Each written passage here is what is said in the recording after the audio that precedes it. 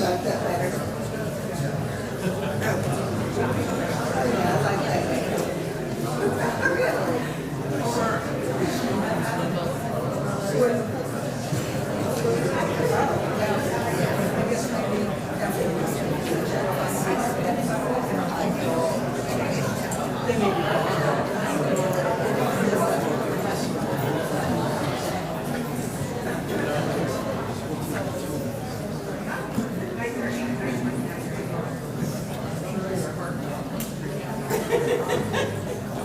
Give them lots of business.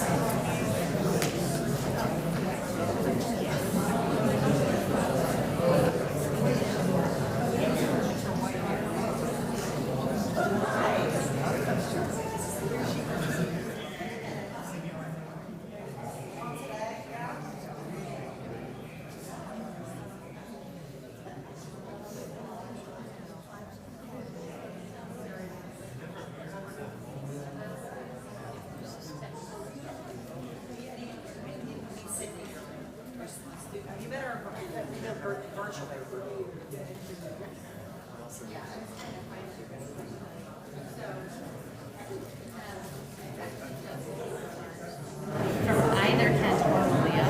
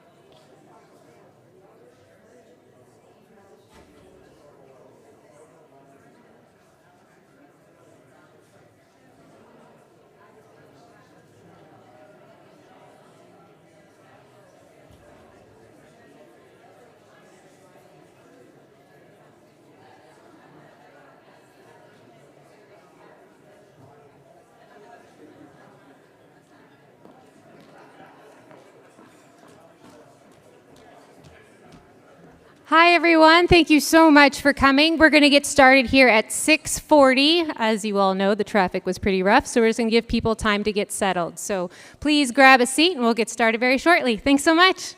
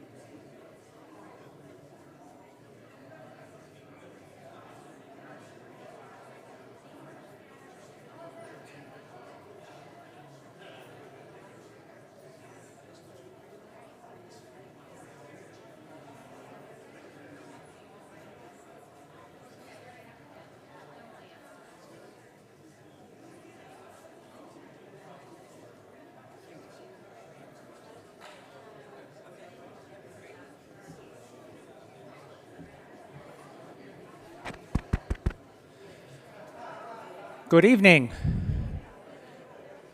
Good evening and welcome. Welcome, everyone. We still have people streaming in here. I know the weather and the traffic is not cooperating, but welcome to Goucher College. I'm Kent Devereaux, president of Goucher College, and we are so happy and so pleased to be hosting this tonight. So welcome here to Goucher College. We are so proud of what Goucher College does in the local community in terms of politics, and I got to say it is. We have a fantastic political science department with a couple of the professors who are here, and really the Goucher College poll, and I see Malaya Cromer over there, our senior director of the Sarah T. Hughes Center for Politics here at Goucher, is really responsible for doing a lot of the work on that with our students. And so we're very, very happy to actually be hosting this Senate Forum tonight. So let me introduce Kim Coble, the director of the Maryland League of Conservation Voters, to kick it off and begin this evening. So, Kim?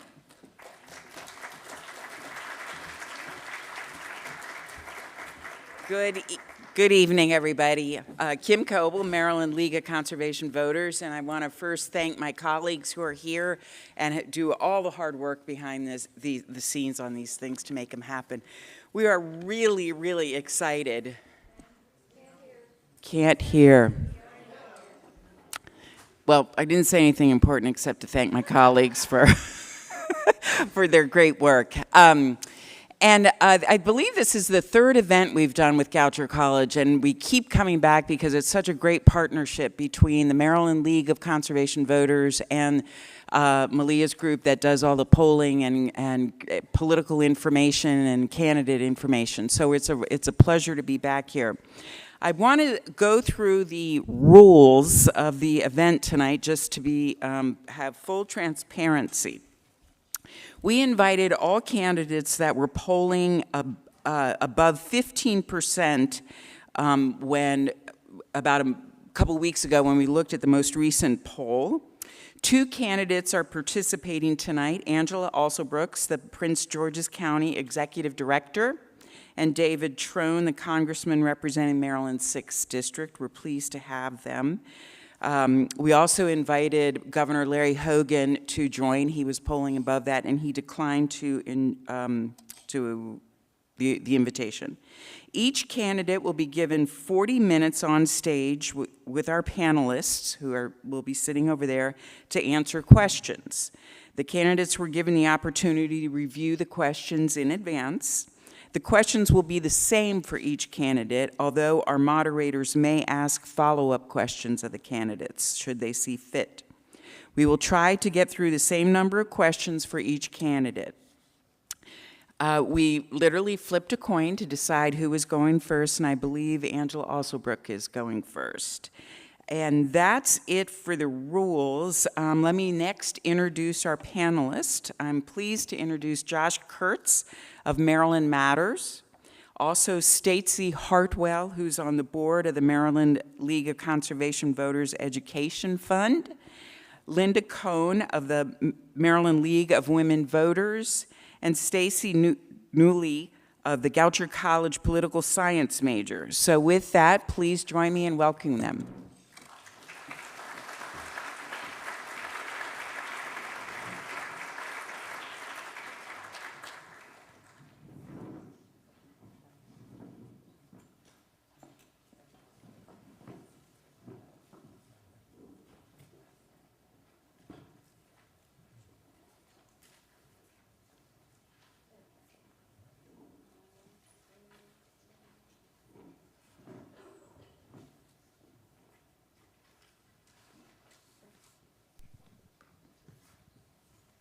Good evening, everyone.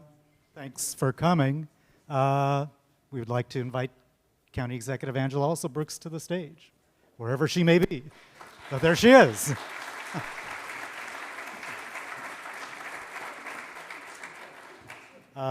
Greetings, County Executive Alsobrooks. Thanks so much for coming. Well, thank you. Great to see you. And I don't know what's happening with the mics, but.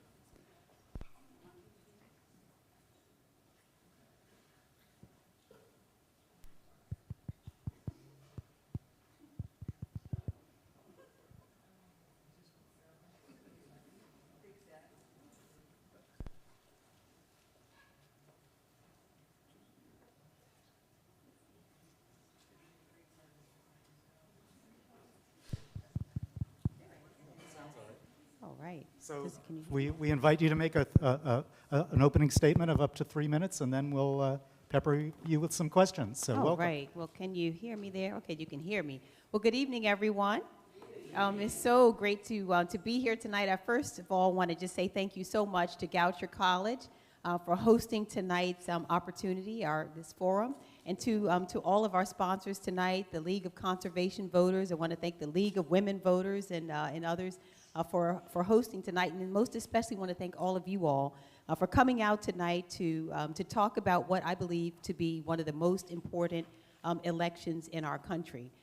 This is a time, it is not only that we are now facing this year the real threat of having Donald Trump reelected, which I regard as a real threat, but this is also an especially important election as we consider the fact that the majority in the Senate is now it really at odds. It is now an issue. And so this is a most important election. I'm Angela Alsobrooks. I'm a native-born Marylander, so proud to have been born and raised in Prince George's County, where I have spent the last 27 years of my life in public service.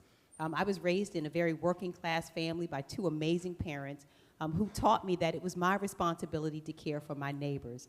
This was reinforced by the amazing others in my life, including my grandmother, whose name was Sarah Daisy Alsobrooks. Sarah was a person who raised my father, his two siblings, and one other family member in a one-bedroom apartment in Northeast Washington, D.C. Sarah was a housekeeper in and around hotels around D.C., and my father told me that it was her greatest desire to work in the federal government. And he told me, many of you probably recall a time where you had to take a civil servant's exam to get a job there, and most especially a typing test. But Sarah could not afford a typewriter. And so my father told me that she put a white piece of paper on the refrigerator in the family's kitchen. She taped it on the refrigerator, drew the keyboard on that white piece of paper, and stood in front of it to teach herself the keystrokes to pass the civil servant's exam. She did pass that exam, got herself a job in the federal government, and I am so proud because I am her legacy. And what that has really helped me to understand over the years is that all of us, no matter where you are and how you came to be here, want the same things for our families. To live in safe and affordable places, to have the single best education possible for our children. When you're sick or someone you love, you want them to have access to quality and affordable health care, and we want true economic opportunity for all of our families. So this is what I've spent the last 27 years really working to achieve for our communities. It's what I will continue to focus on as the next U.S. Senator, and in addition to making sure that we continue to bring down the cost of health care, that we are ever working to make sure that we are bringing down crime and preserving and keeping our communities safe, that we are also creating jobs and income and bringing back critical resources to our state, infrastructure, and that we're protecting our climate. What we know is that the threat against the climate is not a future threat. It is a current existential threat against all of our families, against our children. We have an affirmative responsibility to make sure that we take action now, really important action to not only preserve the health, well-being, and safety of our communities and our children, but that we pass on to the next generation a safe environment. This is the work that I've done. We'll continue to fight for that as well as democracy. And I'm really glad to be here tonight and to answer your questions regarding the environment and other issues. But this, again, is one of the most important elections of our time. And I believe I'll be able to highlight that a bit more during the question and answer. So thank you all so much.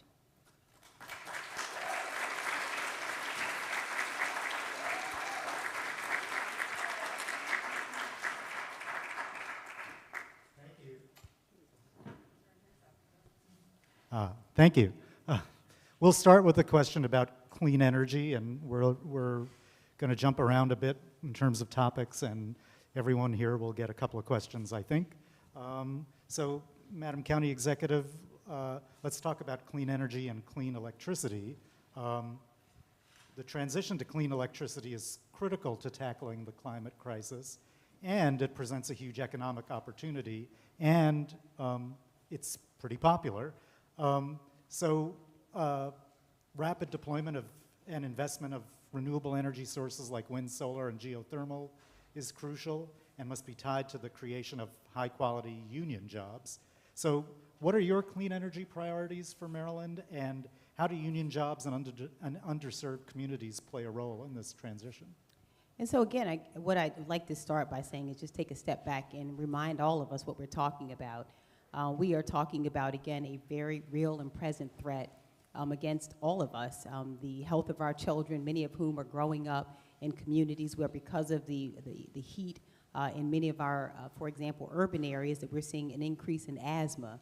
As county executive, one of the things that I have seen, of course, is that we have had these 100-year floods that now are occurring every year or two. We're seeing just so many threats. You know, we stepped outside of our doors last summer to smell the smoke from wildfires. And so we're not talking about some distant threat. We're talking about a current threat. As county executive, I have, first of all, prioritized climate action. We have done so by making a number of really important investments. Those investments include investments in storm water management, $1 billion worth, to make sure we're securing our streams and waters. But we've also really prioritized renewable energy.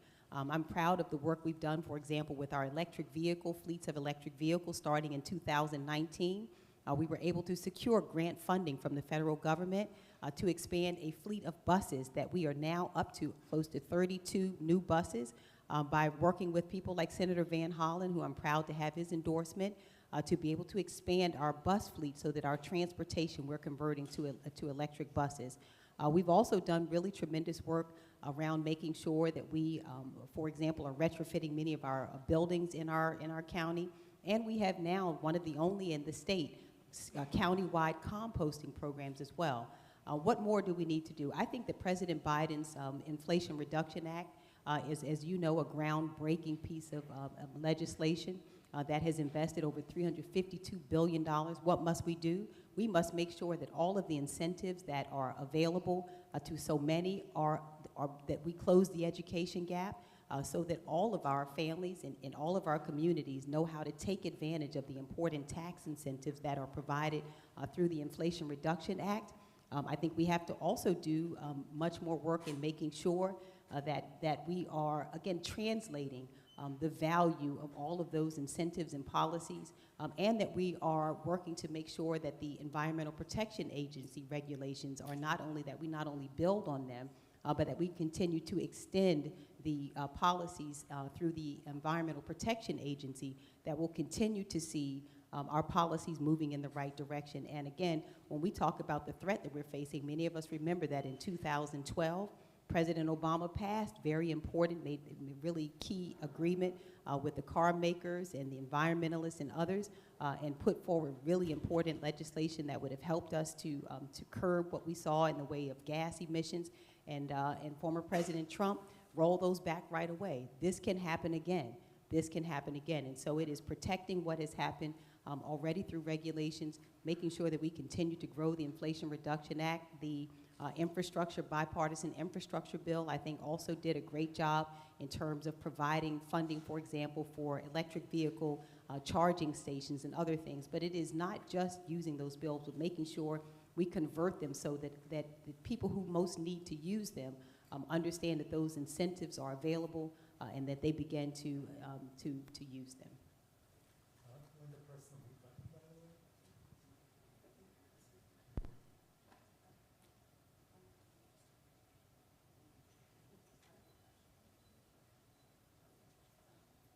Is that on now? Okay, good. Sorry. Thank you. I am Linda Cohn with the League of Women Voters, so naturally I have a question about voting. We can't hear. Can't hear. Okay. Is that better? Yes. Okay, I'll get this. My name is Linda Cohn with the League of Women Voters, so I have a question about voting, certainly. Maryland has a strong track record of expanding access to the ballot for voters and has implemented state policies like same-day registration and no-excuse mail-in voting. However, we see many states are rolling back some of the protections and some of the access and are disenfranchising eligible voters. If you're elected to the Senate, what will you do to support access to the ballot and voter enfranchisement? So our democracy, America is known for democracy and freedom. And what we have seen over the last several years has been horrific. The very targeted attack on our democracy, the very targeted attack against our voting rights. This is something that I think none of us honestly expected to ever see. I know that I certainly never expected to see what we're seeing here. These are the rights and freedoms that so many of us in this room have fought for over the years, and we see now that it is under attack. And so the John Lewis Voting Rights Act, for example, is one of the bills that I would certainly be working hard to get passed. But I don't think we can stop there. There is the For the People Act that Congressman Sarbanes has really spent the bulk of his 15 years working to not only make sure that we have access to the ballot box, and we just look at how horrific it has gotten, to criminalize not only people's attempt to vote, and we look at Georgia, for example, where they want it to be illegal for you to bring a bottle of water to the polling place. This is an attack that we cannot sustain, but we know that Congressman Sarbanes has also fought to get big money out of our elections as well. These major corporations and others, we want to be able to get big money out of elections. So I'll be working to support the For the People Act. But I think in order to get this voting legislation done, we are also going to have to eliminate the filibuster. It is the case that we have seen also very targeted attack on civil rights. The filibuster has been used as a tool to do that. An example of that is that we know that, for example, between 1954 and 1965, we only saw the filibuster used 9 times. We can count now that from 2009 till 2014, the filibuster was used over 600 times to stop progress. And this, of course, is during President Obama's time in office. So the filibuster must be, I think, reformed in order to get the voting rights legislation passed. Thank you for that answer. You can hear me, can't you? Good evening, and thank you for being here. The transportation sector is Maryland's single most significant contributor to greenhouse gas emissions. Reducing transportation emissions and easing traffic congestion are crucial in addressing our state's carbon emissions. What alternative cleaner transportation options are you looking forward to supporting? You know, I think we have so many, again, through the Inflation Reduction Act. I think that President Biden did an amazing job of really incentivizing the kind of behavior that we want to see in terms of having people move more toward electric vehicles. The problem with it is that the average person doesn't know how to access those incentives. You know, I think that most people don't know, for example, that as of 2024, there is now a $7,500 credit that can be earned for people who purchase electric vehicles, both new and used, but I think the average person doesn't know anything about those incentives.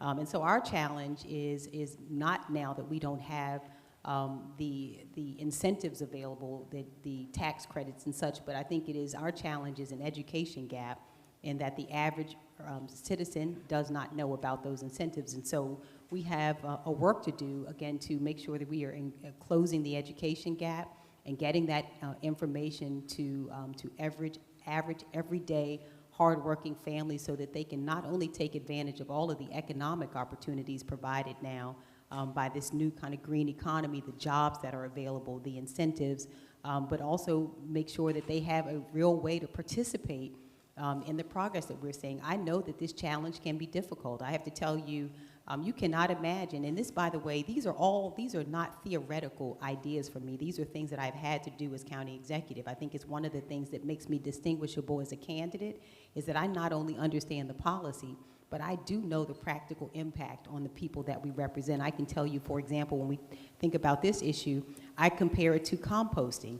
I cannot tell you how difficult it was for me to go from one community to the next and make the announcement that we were not going to extend trash collections, but that instead that was filling up the landfills and was predicted to cause us harm going forward, but that we were instead going to implement a county-wide composting program. Can you imagine how unpopular that made me at these community meetings where the people said to me, I don't want to be bothered with composting. I want to go directly to the trash can, put my trash in, and be done with this. And it took patience and education for us to continue to go out and talk to our residents about the ways that this would be beneficial to us and to our children. And you don't know the joy that I feel now after being basically cursed out and told, accosted in the grocery store, how angry people were with me about this composting program. I can now travel our community and see the green composting toters, and more people are picking it up, and they're very proud to be taking part in something that is very positive for our communities and very positive for our environment.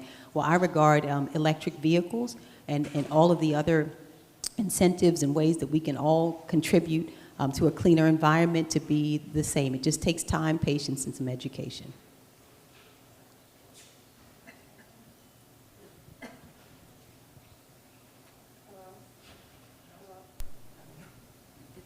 Is it on? Oh, okay. Hi.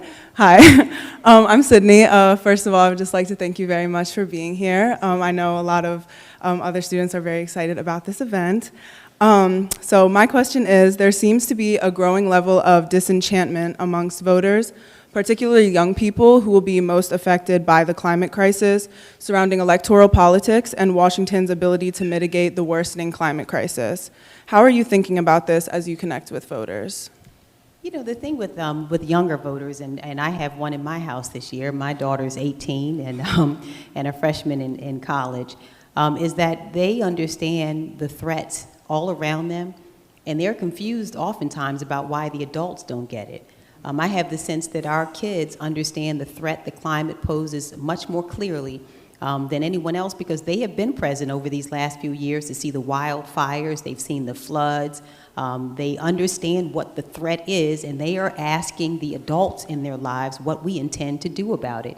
And for many of them, it is very discouraging to wonder whether or not they will have representatives who take it seriously. So I think that the first thing that has to happen is that we continue to engage our young people and assure them that climate action is something that we will continue to support.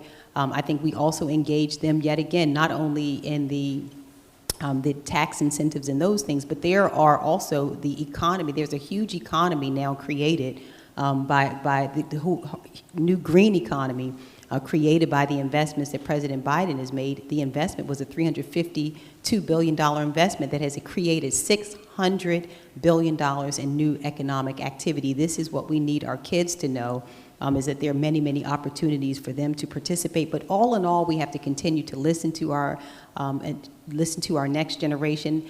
This is something that I have done, and you know what? It's been helpful to listen. I talked to many of who told me, for example, that economic opportunity is the #1 issue for our kids as I talk to them. I've talked to college kids who said to me, we don't want the Democratic Party to continue to talk to us about lower inflation. We don't want to hear about the low unemployment rate if we don't know whether we're going to even be able to afford the cost of rent.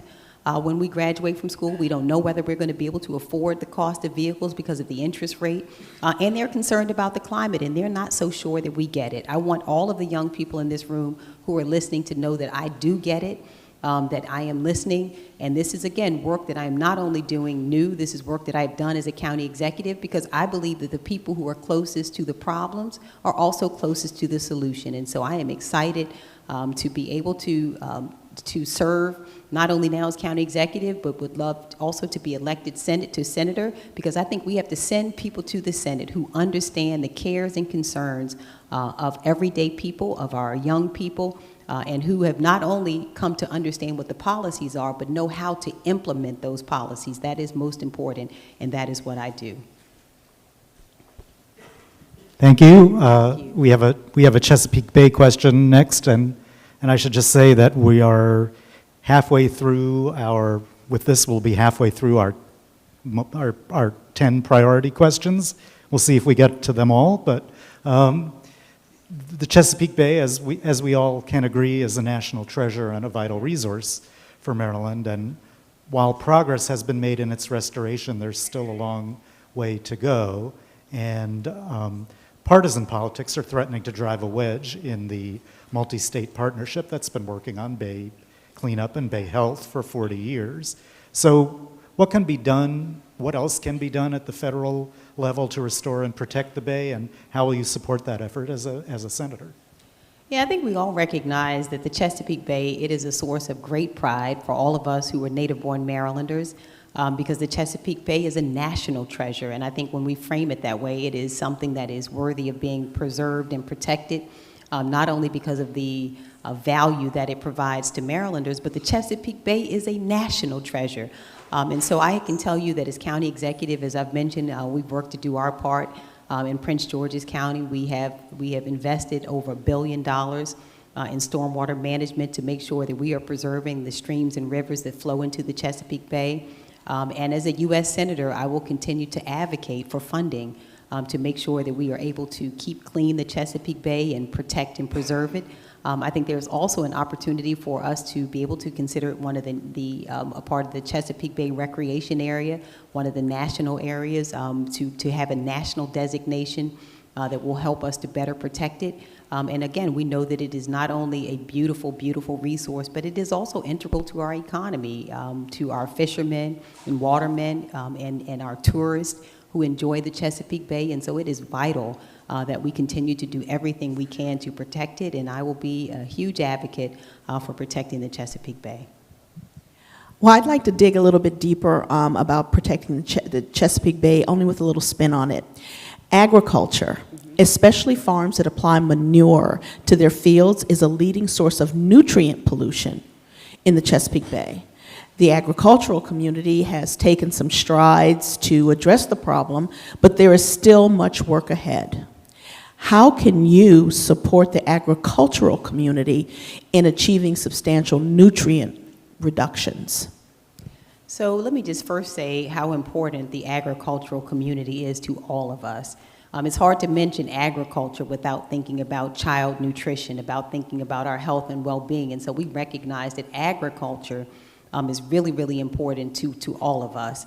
And I think it is going to be really important to work with the agriculture community to make sure that we are, for example, I'll be supporting the Farm Bill that comes up. It is renewed about every 5 years, but that Farm Bill will be really important to providing support to our farming community and agricultural community so that they have the tools that they need to keep our soils and such safe. And so we'll be providing support. And I think that the entire region has a reason to also support our agricultural community. I know, again, that we have to preserve our waterways, but I think that we can do both. I think that we can work to support our farmers who, again, are a very integral part of all of our lives. You know, we think, again, not only child nutrition, but I just think about nutrition in general and how important it is to all of us. But I will be providing support for the Farmers Bill so that we can continue to support our farmers. Thank you. I'd like to switch gears a little bit. I have a question about the cost of college. Biden introduced an initiative to alleviate student loans for some Americans, which was ultimately struck down by the Supreme Court. However, my concern is the cost of college as a whole, not just the student loan relief. Future students, especially minorities and those who are from disadvantaged communities, will most heavily feel the effects of this and be discouraged from seeking a higher degree. What would you do as senator to address the ever-rising cost of college? So I'm going to answer that in two parts and tell you just even hearing you read the question and the part you got to where you talked about the Supreme Court striking it down makes me so angry. When we talk about the fact that the stakes in this election could not be any higher, this is yet another example of it, is because of what the Supreme Court has done. I'm going to get to that part of the answer in a moment. I am not just saying this because my daughters are freshmen in college, but the cost of college is too high. We really have a lot of work to do to make sure that we are not strapping our kids with debt. The ones who want to serve our communities as nurses and who want to serve our communities in other professions, I think we have an obligation to them to make sure that we are making the cost of college, that we are lowering the cost of college. I think we can do that by making sure we support things like expanding the Pell Grants that we provide. I'd like to also see us work toward providing community college to some of our lower income students for free. And so we have many things that we can do. I agree with what President Biden did in terms of forgiving up to $10,000 in debt for our college students, but I think we have to work to find more and more ways to make college affordable for our students who are in college. Now, I wanted to just go back to remind everybody that much of what we've seen struck down has to do with the courts. And so in this next election, it is going to be vitally important that we not only re-elect President Biden, but it is vitally important that we also do not allow the majority in the Senate to go to the Republican Party. They have at every turn blocked progress. This Supreme Court, I think, is in need of some reforming. You know, it is the case that, you know, it should not be the case that we are seeing ethical lapses. I am so sick of Clarence Thomas. I'm sick of his wife. You know, we just really do. We need some serious reforms on the Supreme Court. And it is horrible that we hear judgments coming out of the Supreme Court, and we have to ask ourselves whether these are political decisions or whether they're based on the merits. The fact that we can't even trust what the Supreme Court does in striking down the student indebtedness was just yet another example of how they are just out of line, I think, with the views and values of average Americans. And it is time for some reforms on the court. But I do support our students. and we'll be working at every turn to make sure that we are bringing down the cost of college and that we're creating additional pathways for our children who are not interested in college, career and technical education, and entrepreneurship. This is something that I have also invested in as county executive. We just recently invested in another $15 million career and technical education and entrepreneurship hub in Prince George's County at one of our schools, because I think we need a pathway for every single one of our kids to succeed, including those who have disabilities. I'll be working to invest in the Individuals with Disabilities in Education Act. Every one of our children deserves to be successful, and I'll be there advocating for them.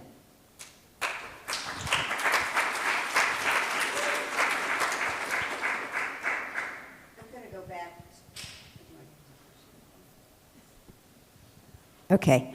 I'm going to go back to agriculture because it is so important to the economics of Maryland, and it is also severely threatened by changing weather patterns, increasing summer temperatures, and saltwater intrusion due to sea level rise and climate change. Nationally and globally, climate impacts agriculture negatively. It disrupts food availability, it affects productivity, it reduces access to food and affects food quality. How will you protect the farmland in Maryland and support access to healthy foods for Maryland families in the Farm Bill? So the Farm Bill is due to be renewed. It's about every 5 years. And I think the answer to that one is simple, is that I will absolutely be there to support the Farm Bill every time that it comes up. I think it was recently renewed. But I will be there. And you know, the good thing about the Farm Bill is this, and the good thing about agriculture is that this is one of the issues that we work on a bipartisan basis. I think it is a really lucky thing that farming and agriculture is not partisan. It's the kind of thing that we can work across the aisle on. I think it's the one thing that one of the things that we can agree on, all of us, is that agriculture is important to every single community. It affects all of our communities pretty much the same. So I'll be looking for opportunities not only to support the Farm Bill, but I'll be looking for opportunities to work in a bipartisan fashion to make sure that we are coming up with ways to support our farming community and agricultural community. And I think this will be, again, one of those opportunities to do so and to find common ground with people all across the country who may not see eye to eye on many other issues, but I think agriculture is absolutely one of the issues where you find that there is widespread agreement on the way that we should move forward.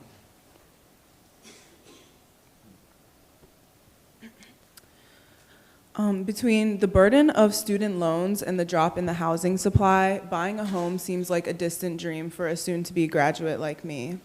According to the National Association of Realtors, in just 1 year between 2021 and 2022, the average age of a first-time home buyer grew from 33 years old to 36 years old. What are your plans to address the lack of affordable housing? So housing affordability is a core issue, and it is an issue for every corner of our state. I have traveled across the state and found that in our rural areas, many of them are concerned about housing affordability. We've seen, for example, that the vacation home kind of syndrome that came about during COVID-19 caused housing to be unaffordable. It is a core issue all across our state, and so this is an issue that has to be resolved. I like what President Biden recently recommended or recently mentioned during the State of the Union address, where he talked about a $10,000 incentive to provide for first-time home buyers. But I think we have to do even more than that. The thing I will say to you, tell me your name again. Sydney. What I'll say to you, Sydney, and say to all of the students here, I want for you more than our generation has had. I think that's the obligation of every generation, is that we should want more for our children rather than less. More home ownership, we want you to be more successful in every single aspect of your life. I want you to be able to afford the cost of living. I want your health care to be more affordable and more accessible. I want every part of your life to be better than ours. And so I'll be working to bring down the cost of living. We'll do that by doing what we've seen, building on the Affordable Care Act, President Biden has capped the cost of out-of-pocket prescription drug medications for seniors. We have to do that for more, everything like from insulin. So building your health care, making sure that we are doing things like getting the permanent child tax credit, everything I can do to make it easier for you and for your generation to live affordably, I will be doing it. That's not just in housing. I've done it as county executive. We have created since 2020 about 5,000 units of workforce housing because we want teachers, we want firefighters, we want the men and women who work at Wegmans to all be able to live in safe and affordable places. I've done that, for example, by using the Housing Investment Trust Fund, which we have been able to leverage funding from both the state government and the federal government to provide housing. I've been able to do it through the right of first refusal, where we have been able to buy properties as government that have 20 units or more and to have those owners sign a covenant to keep the rents at a certain level. So I'll be looking for opportunities not only to bring back additional dollars for things like the Housing Investment Trust Fund and the right of first refusal, but working with the president and others on programs like the one that he recommended, the $10,000 credit. But we'll be, again, I want every phase of your life, this is what we owe you and owe all the students in this room to be better than what we had. And let me just add one other thing, Sydney, to you. When I talk about your life, I want to talk also about the fact that we'll be fighting like all get out for choice, for every woman and man in this room to make sure that you have the freedom and the privacy to make decisions for your own body. I say that for all the students here. So when we say every aspect of your life should be better than your parents, and we're not going backwards, we're going forward.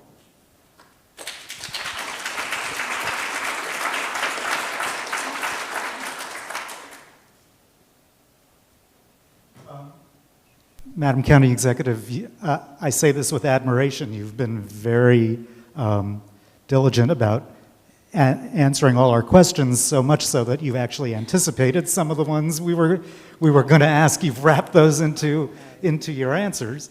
So I wonder if you'd be okay with just one quick kind of off-the-cuff climate question.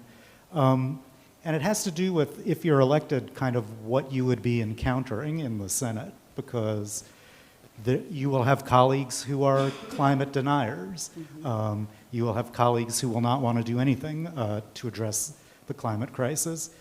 As you yourself mentioned, President Trump could get reelected, and he may seek to undo a bunch of Biden administration regulations and worse. So, I mean, I guess the question is kind of what's your strategy for encountering these kind of opponents when you get there? Well, I'll tell you the first strategy is this. You know, my parents taught me that you don't sit on the sidelines and complain about things you don't like. If there's something you don't like, you better do something about it. So I've had a choice to make, and my choice is to run in this election and to run hard to make sure that two things do not happen. The first, there are two things that cannot happen. One is that we cannot see former President Trump elected, and we cannot elect Larry Hogan to the Senate as well. And that is really important if we want to see any progress. We have to be able to do that. Now, I can tell you also that my father said something else wise to me. He said, you know, how you see something depends on where you sit. And what that means is that it is possible for people to see things differently than we do, who have a whole different perspective based on their life's experiences. And he has taught me that it is important not to demonize people who don't see every issue the same that you do, because based on their life's experiences, they may just see it different.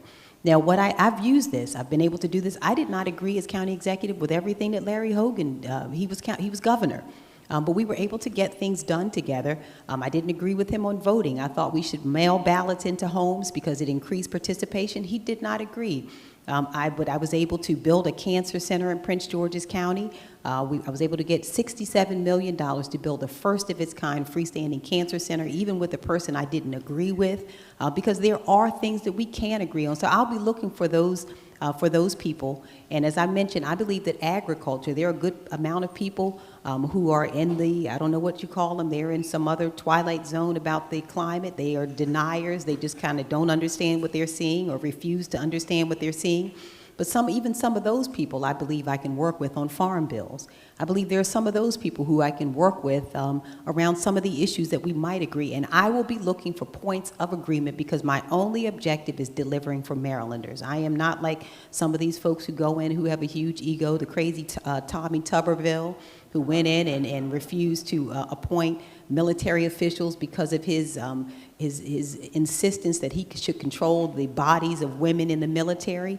I am there to get things done for Marylanders, and I will work with anyone who will work with me to make sure that we achieve the objectives of Marylanders. Marylanders are very forward-leaning, very forward-thinking. We are here, we are lucky that we're in a state where we do believe in protecting our climate and taking action on climate now.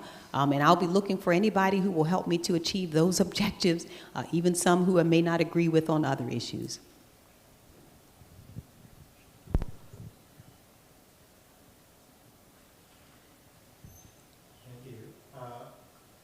At this point, we just invite you to, make a 2-minute closing statement. Okay. And Well, thank you for being here. Well, I guess well, thank you so much, everyone, for having me tonight. And I most especially want to thank you for taking time to come tonight. As I've mentioned to you, it has been my greatest joy to have served over the last 27 years. I was raised, as I mentioned, in a very working class family, a mother who was a receptionist for her entire career, and a father who was a newspaper delivery person and a car salesman. But together, my parents convinced me that the highest calling was to public service, that there was no greater calling than to serve your neighbors. And so I started my career in 1997 as the first full-time domestic violence prosecutor to ever work in the state's attorney's office in Prince George's County. I loved it, defending women and families and children, and never stopped. I was elected in 2010, believing that all of us deserve to live in places that are safe, that every single one of us does. And so I ran for state's attorney, and during the time that I served as state's attorney, I oversaw a 50% cut in violent crime in Prince George's County, while also creating really important programs to keep children in school. I didn't stop there because I realized that many of the people that I encountered in those courtrooms who were seeking second chances, in my opinion, had never had the first chance. And by that I mean I saw the harm of not having addictions care, mental health care, affordable housing. I saw what happened when we had not invested in economic opportunity and jobs, and decided to run for county executive to do something about that. Over the last 3 years, I've continued to achieve those goals. I've broken ground on 10 new schools in just the last 3 years, opened 6 of them last fall for our children.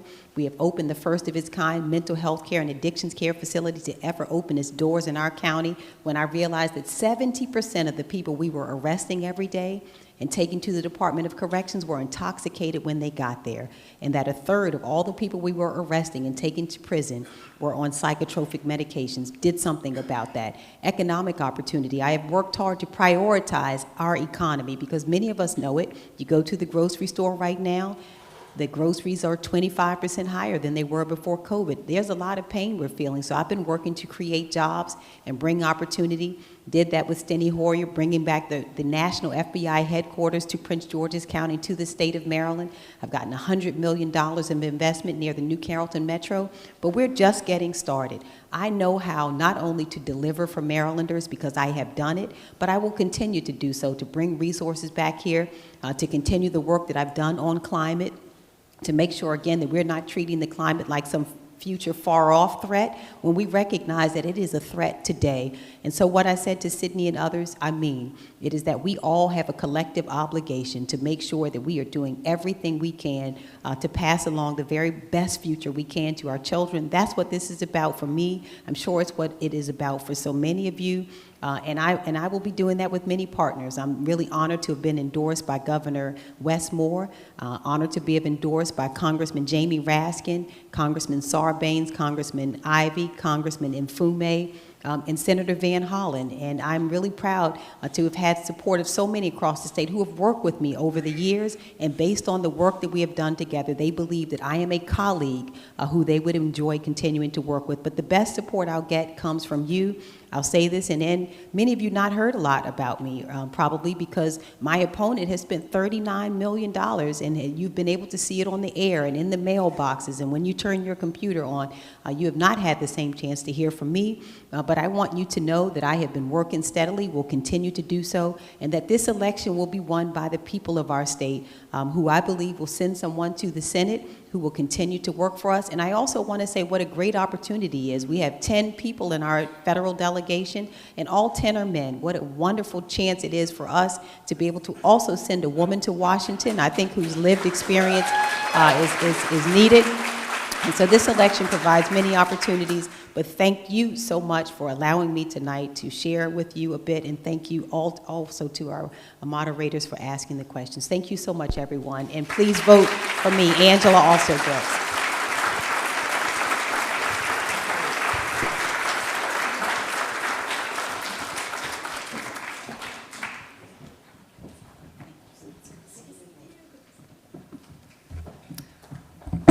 I think one of Representative Trone's staffers is here. Would you mind sending a message up to tell him to come on down to have the second part of our two-part forum?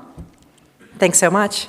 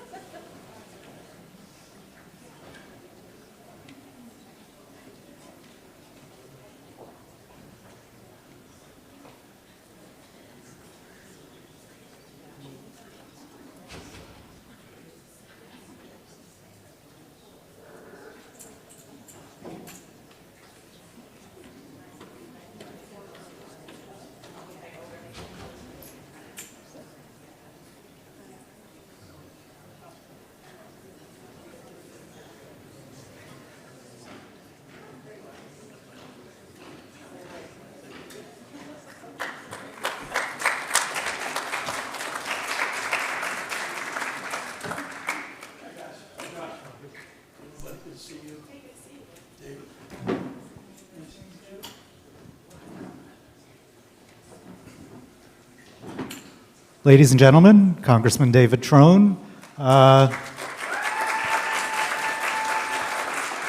Congressman, we invite you to chat for 3 minutes, tell us about yourself, and then we'll shoot some questions your way.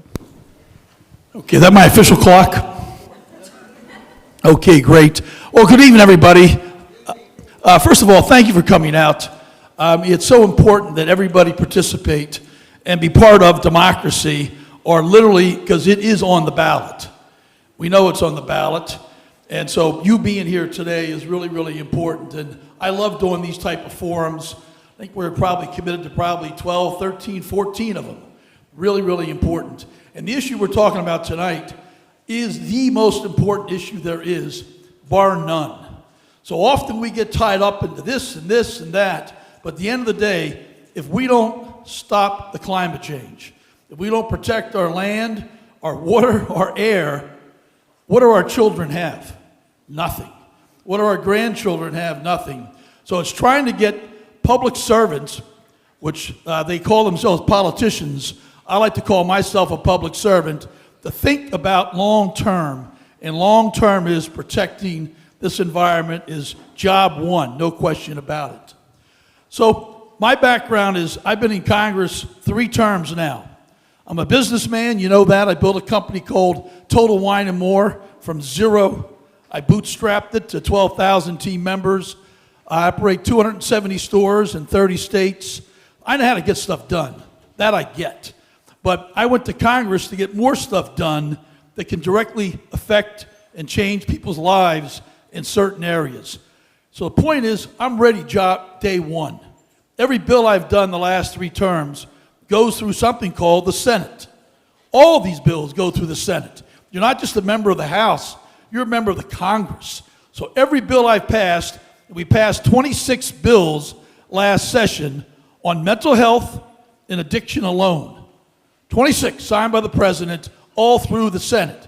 So my job is to find 10 folks in the Senate that are going to do what we think as progressive Democrats needs to be done.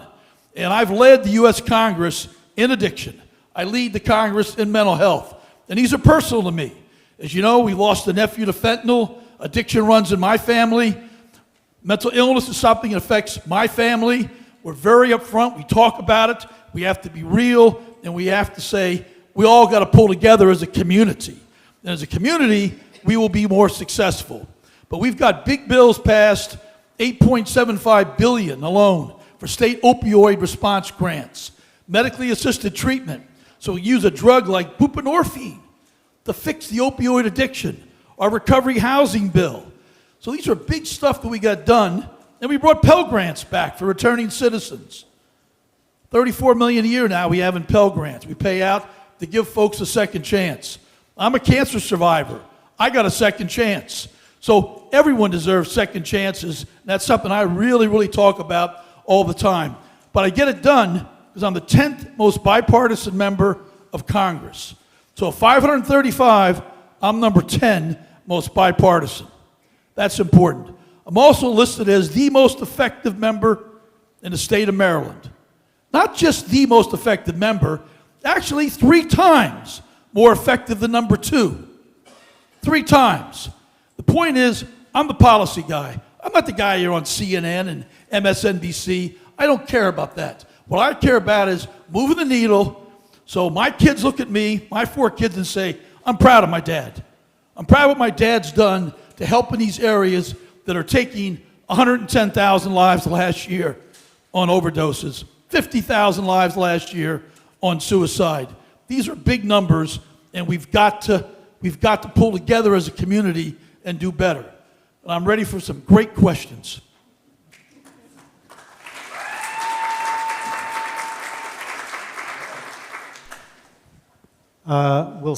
As you know, the topics are sort of climate, environment, democracy, issues of interest to students since we're on a college campus. We'll start with a clean energy question. Transitioning to clean energy is critical to tackling the climate crisis. It also presents a huge economic opportunity and is extremely popular. Rapid deployment and investment of renewable energy sources like wind, solar, and geothermal is crucial and must be tied to the creation of high-quality union jobs.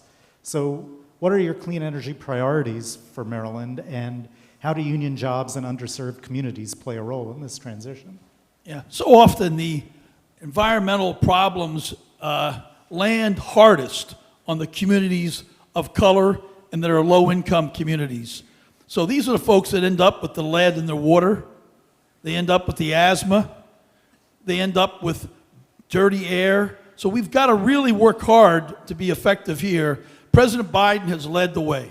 I mean, we've got to give President Biden the credit he's due. I mean, passing the Inflation Reduction Act, you've heard it over and over, didn't have a daggone thing to do with inflation, really. What it was about was how we have a green economy. $370 billion. Biggest ever we've ever done. I voted for that bill. It's a fantastic bill. I'm an appropriator, which means we appropriated the money for that bill to go forward. But really challenging targets like electric vehicles, 50% by 2030. That's pretty amazing. 500,000 electric charging stations. That's a pretty ambitious goal. But these are the type of things that we can really begin to change our environment in a much, much better way as we take out that pollution out of the atmosphere. But sometimes people ask, how did we get here? Well, we got here because I'm always going to go back to the special interest. The car companies, the oil companies, did they want a green revolution? Did they fight against the green revolution day after day after day? Do you know how much money is spent by the last 2-year cycle by special interests in Congress? $1.9 billion. Billion dollars. That's junkets to Park City, to Miami, to Napa Valley, direct contributions of over $600 million to members of Congress and the Senate. And we always sit here and say, well, why is it so hard to fulfill the goals of the League of Conservation Voters, the Sierra Club? Why is it so hard for us to get to our, what seems so clear, protecting this environment that we've only got one? Well, that's the problem. There's these entrenched interests, financial interests, that are holding us back consistently. So that's why we've got to figure out how to get all this corporate money, all these PACs, all these lobbyists out of the system. Because when Exxon writes a check, does anybody think Exxon's a charity? No. How about Pfizer? Anyone think Pfizer's a charity and they do a lot of toxic waste and toxic dumps? Is Pfizer a charity? I don't think so. And the list goes on and on and on. So we've got to pull together as Marylanders, but also as Americans, if we've got to put this on the front burner, because the clock is ticking, and it's ticking very fast.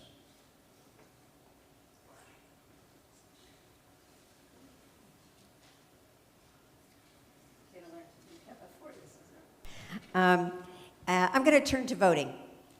Maryland has a strong track record for expanding access to the ballot with state policies like same-day registration and no-excuse mail-in ballots. However, many states, we're seeing that rolling back. They're rolling back voter protections, access, and disenfranchising voters. If elected to the Senate, what will you do to support voter enfranchisement and access to the ballot? Well, Linda, we talked about earlier in the opening, if we don't vote, we get what we deserved. We get bad government, bad government. So we've got to do everything we possibly can to drive voter turnout. So all those things Maryland's done, and we should be doing now, which is mailing a vote to everybody's home. So everybody has an opportunity to vote from home, not just during COVID, but instead we see the Trump world rolling back, making it harder and harder to vote. What we've seen in Florida, we've seen in Georgia. It's time and time again rolling back voting. So the John Lewis Voting Rights Act, that's something I've already voted for. We already passed it in the House. We can't get it through the Senate. Passed the House, 10 votes short in the Senate. That's a pattern. John Sarbanes' bill, fantastic bill. H.R. 1. Speaker Pelosi, my friend, made it number 1 for good reason.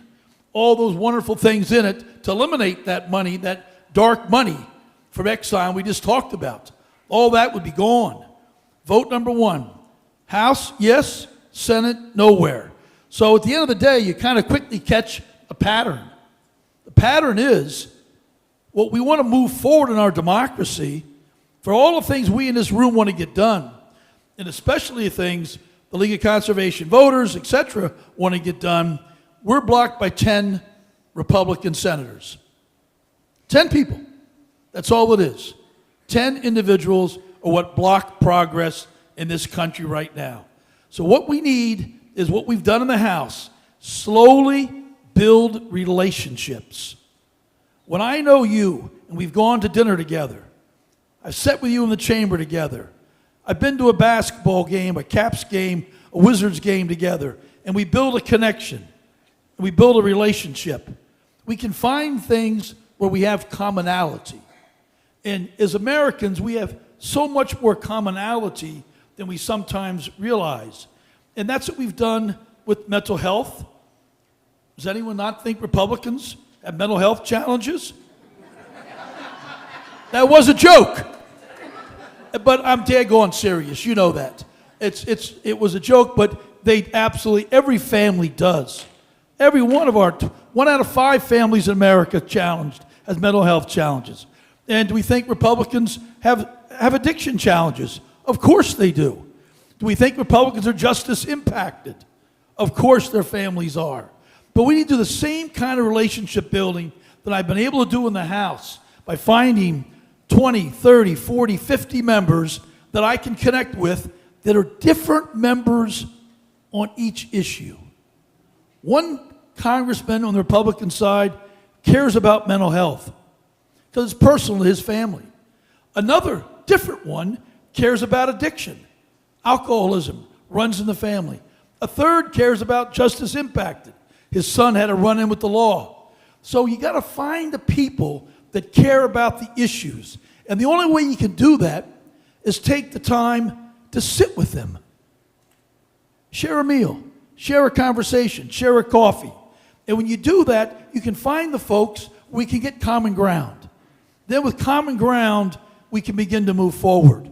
Now, there are 40 Republicans that are just batshit crazy. I mean, and there's really no reason to talk to them. I mean, there's no reason ever to talk to. I mean, Margie Taylor, Chip Roy, Lauren Boebert. I mean, I'm just sorry to say, they're just terrible people. No, they just want to tear our country down. They don't believe anything they don't care about our environment. They don't care about our government. They're happy if we close. So don't waste your time with that group. They're just on Fox News. They don't ever accomplish anything. All they do is try and block things. Let's find the folks that want to get something done. They came to Congress on a reason, came to Congress on a mission. There's folks out there, and we found them in the House, and we can get our stuff through. We need to find more in the Senate, and that's why being in the Senate gives me another edge. I found Republican senators, Cassidy, Capito, Murkowski, that have passed all of my bills. But I need more, because often they won't even talk to a lousy congressman. They don't even care. But they're all demigods. But we've got to sit with them and get to know each other, find out where they have personal issues, where they concerned about these issues, then we can work together as Americans. Not as Republicans, not as Democrats, but as Americans.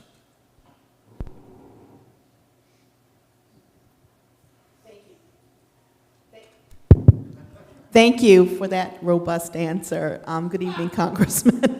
The transportation sector is Maryland's single most significant contributor to greenhouse gas emissions.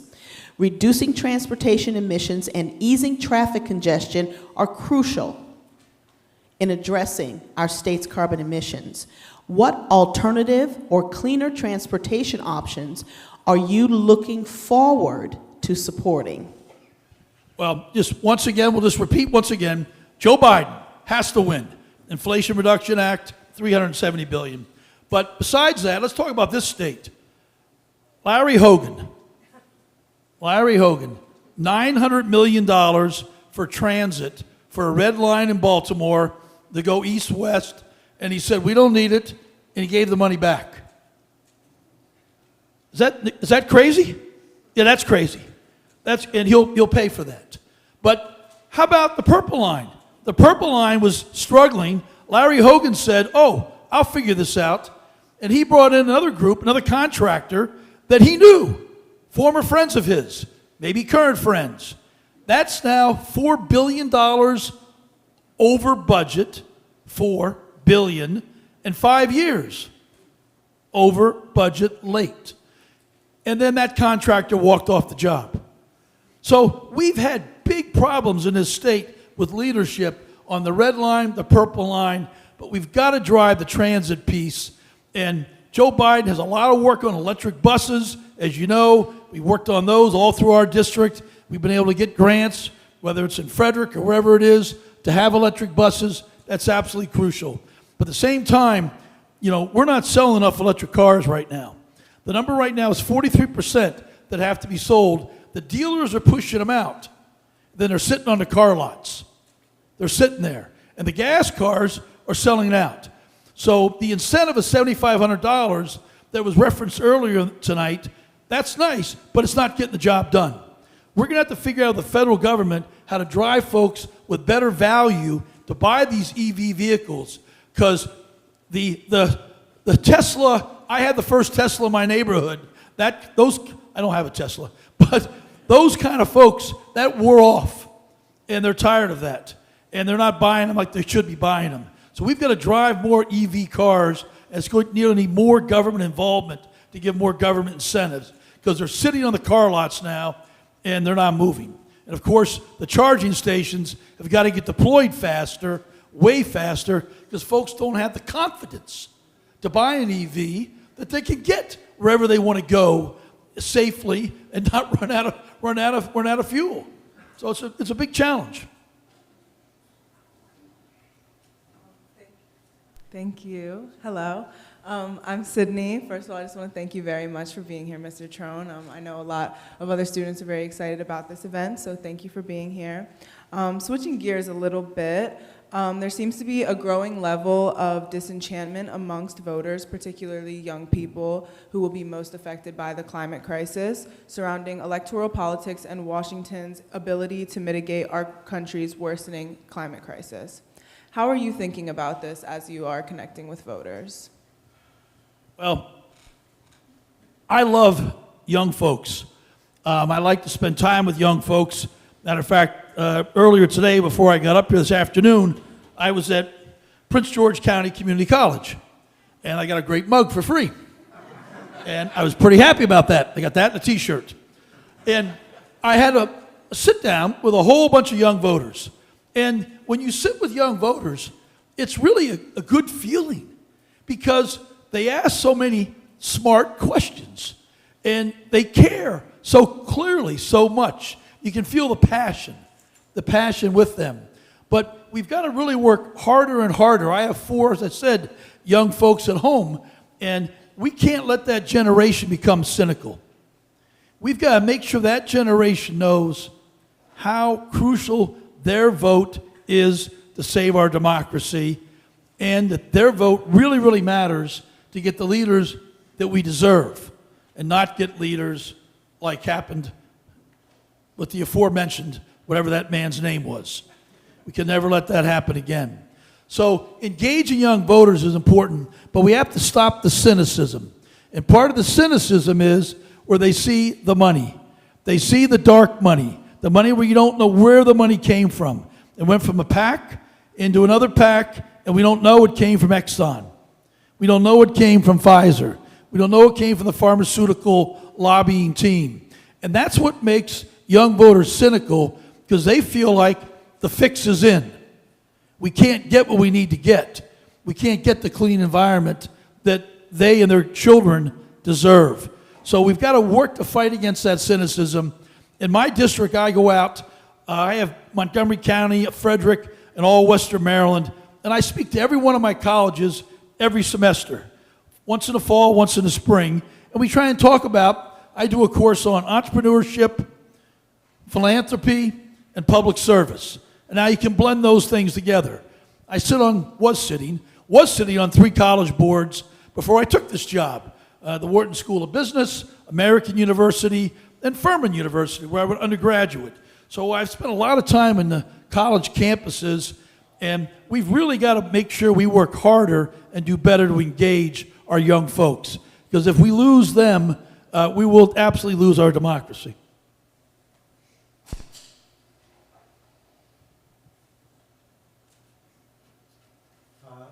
Let's talk about the Chesapeake Bay. The Bay, I think we all agree, is a national treasure and a vital resource for Maryland. While progress has been made in its restoration, there's still a long way to go, and partisan politics are threatening to drive a wedge in the multi-state partnership that's been working on the Bay for 40 years.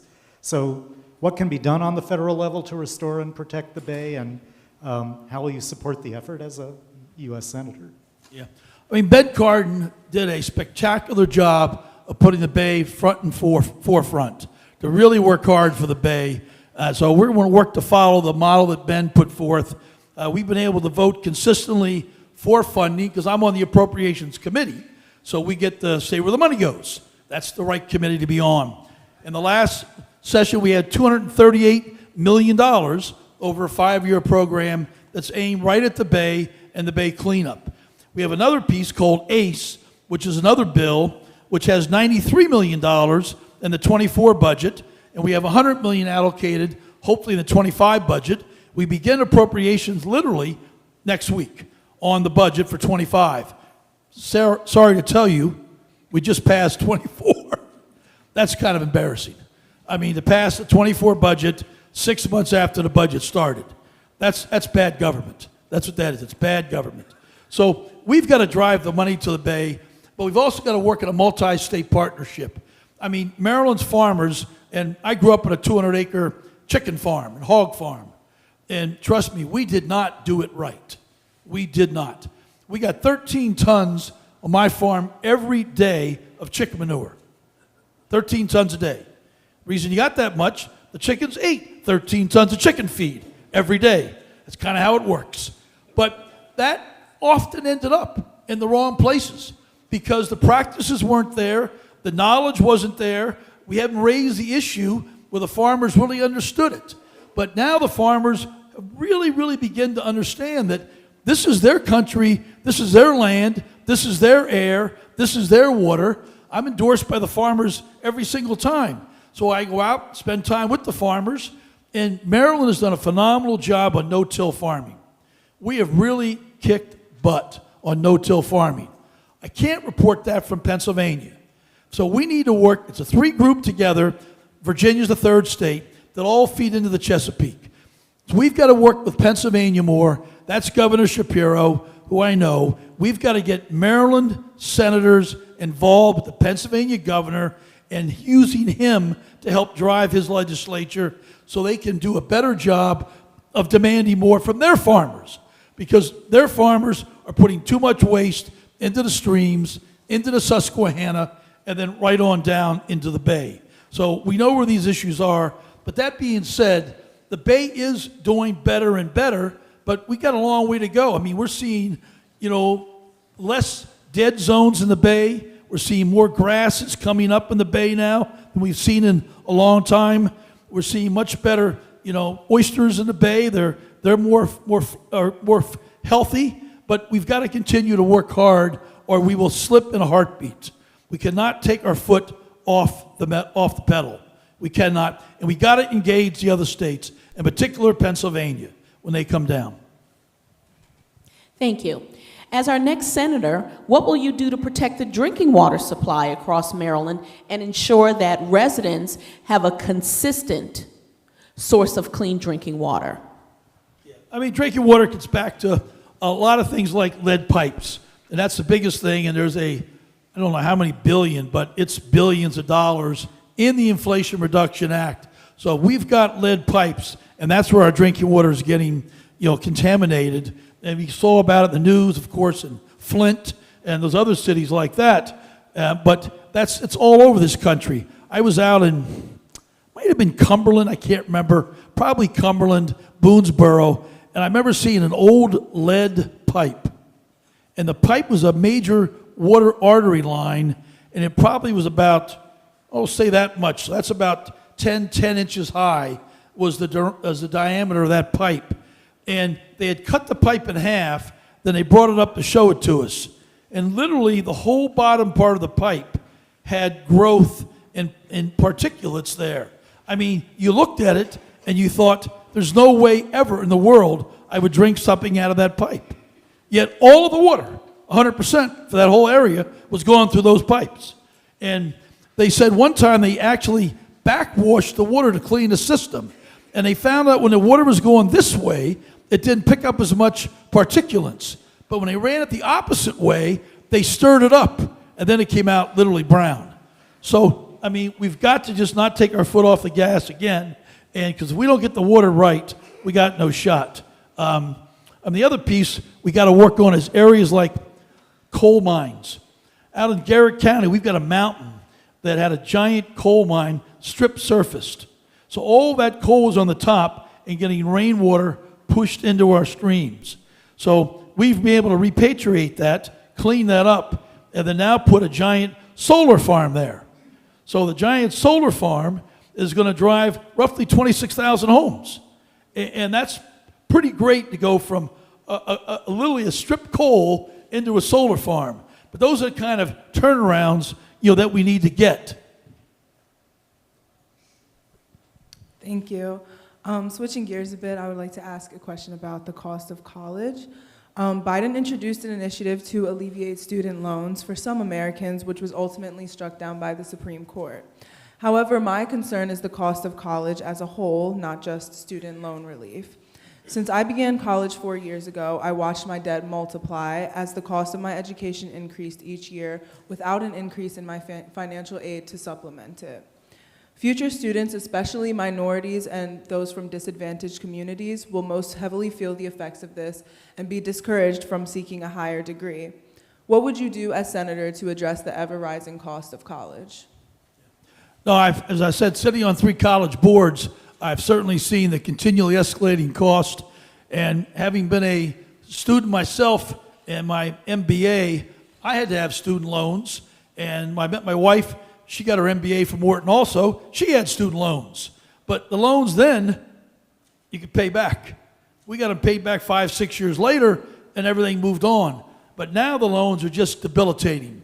So I really applaud President Biden on this, because all these students signed up for something called a degree and a job from that. And we let them down because we didn't have the right supervision on a lot of different colleges where students went and did not get that degree or even a good job. So we broke our promise with so many students over a whole period of years, and President Biden is trying to clean that up. To date, through February, he's actually, even though the courts have fought him tooth and nail, and he hasn't got done all that he wants, he's been able to take $138 billion, with a B, $billion of student debt and say gone. He has got a lot done. We have more to do, but $138 billion, that's not chump change. That's really progress, and sometimes I just don't understand how President Biden's numbers aren't so much better when people think about all the man has accomplished. I mean, it's really mind-boggling how much he's got done. But we've got to get the costs under control, but we can't we layer on the debt, you can't buy the first house. If you can't get the house till you're later and later in life, can't get a car till you're later in life, it's also a drag on the economy, because these folks come out of college, they were getting cars, they were buying houses, now that's not happening, that slows our economy down again. So we've got to figure out how to continually make it more affordable. A lot of different things we've talked about today with Dr. Williams at Prince George County Community College was, we really need to get to a K through 14 or a 3-year-old through 14 construct on public schools. We've been the same on public schools for about 100 years, K through 12. That needs to go away. We need to get our 3-year-olds in full day. 3-year-olds in Europe go full day in Europe. Why can't we do that here? We know they hear millions of words, and if they're in a right environment, our 3-year-olds are going to be reading when they're 7 and 8, and they're going to win in life. But if we don't get them the words, someone parks them in a daycare that's not doing the right care, and they park them in front of a TV, and nothing happens. So 3-year-old, 4-year-old pre-K, and then we need to get grade 13 and grade 14, where community college is all part of our public school system. I'm endorsed by the teachers union, 75,000 strong. So I talk with my teachers about this, my union members about this all the time, that we've got to get that first 2 years free under their belt. So then they're only going to have 2 years left out of 4 years. That's a start. It's not where we need to be yet, but it's a pretty good start. But free community college, that's the law in Tennessee. If Tennessee can do it, why can't Maryland do it? Hey, how about this? Anybody know where Garrett County is? Who runs Garrett County? Democrats or Republicans? Yeah, I get a whopping 25% of the vote there. 25. And I'm the best Democrat ever in Garrett County. 25. I started with 20. Now I'm up to 25. But they have free community college. They put that in before I ever got there, decades ago. Because the folks out there, Republicans, said, we want our kids to be educated, and if they live here, let's take care of them. So they have free community college. But so I think Maryland, the whole country's got to figure this one out. It's inexcusable that we haven't been able to figure this out. Filibuster. Senate filibuster affects the ability to It can delay the passage of legislation. It can prevent the passage of legislation, including on some of the issues we've discussed tonight. If you're elected to the Senate, would you support reforming or eliminating the filibuster? Eliminate.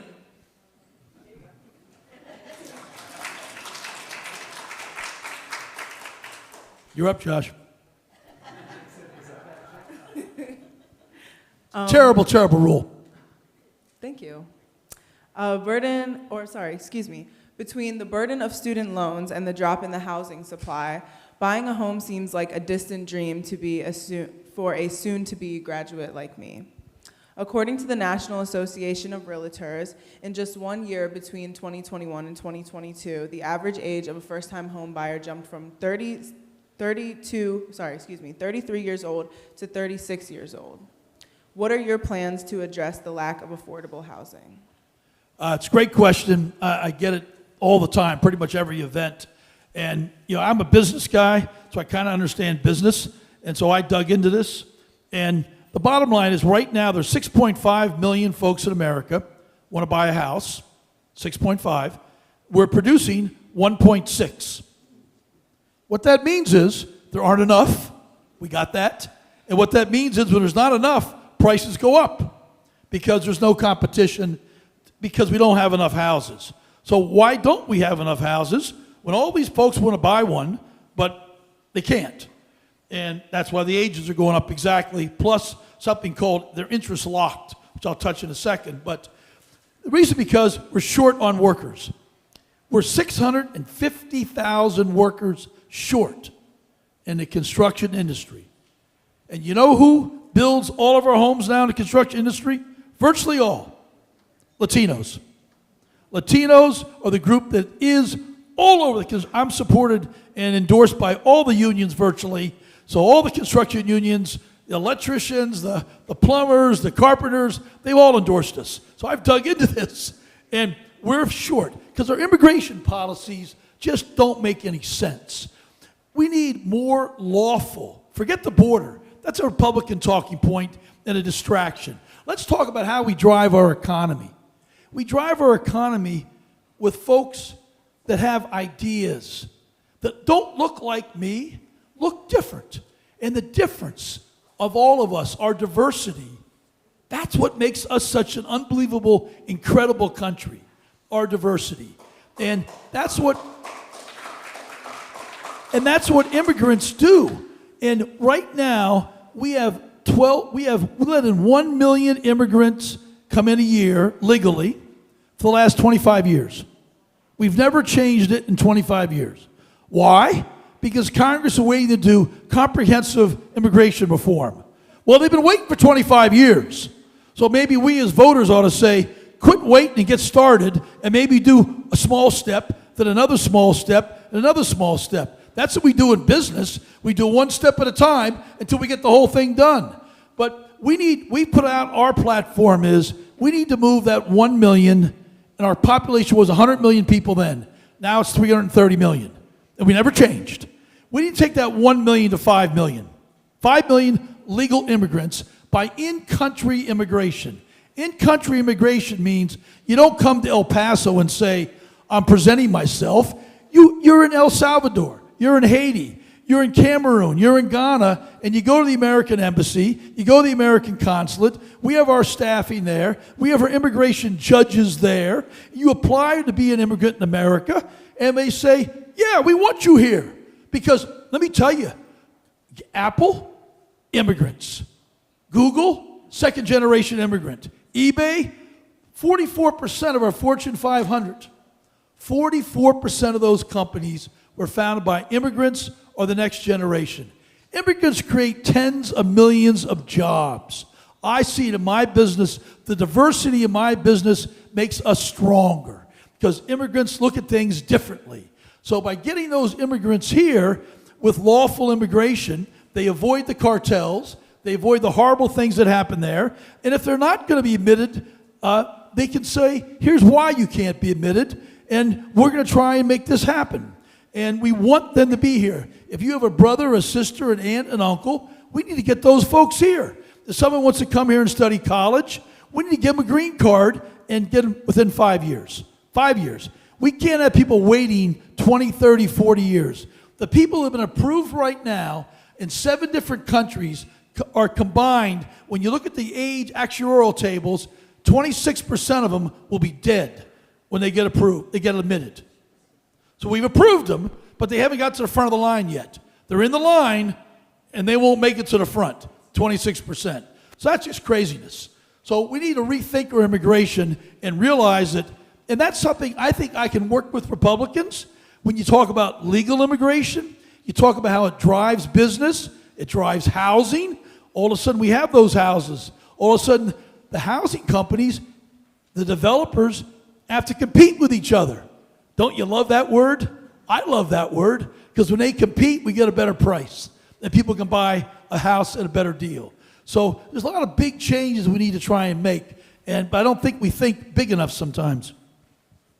Congressman, I hate to say, I think we have to leave it there, but thank you for your time. Everyone, thank the Congressman for being here.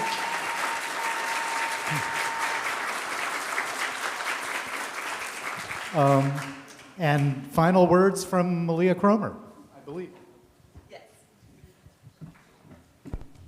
Hi, everybody. Thank you so much for joining us tonight. I also want to especially thank, noticed our friends from Edenwald made the trek up from there, and we always really appreciate and love to have you on campus. And thank you to all the students who came, and Mr. Trone and County Executive Alsobrooks. It's always a pleasure. Now, there was a raffle for the students, and everybody else can leave and whenever you're ready, but I'm going to pull some raffle tickets out of a hat. LCV has been kind enough to put together 2 really nice prize packs for our students. So I'm going to pull some raffle tickets for the students and announce their ticket numbers, and hopefully you'll get one of our nice little prize packs. Thank you so much for joining us tonight.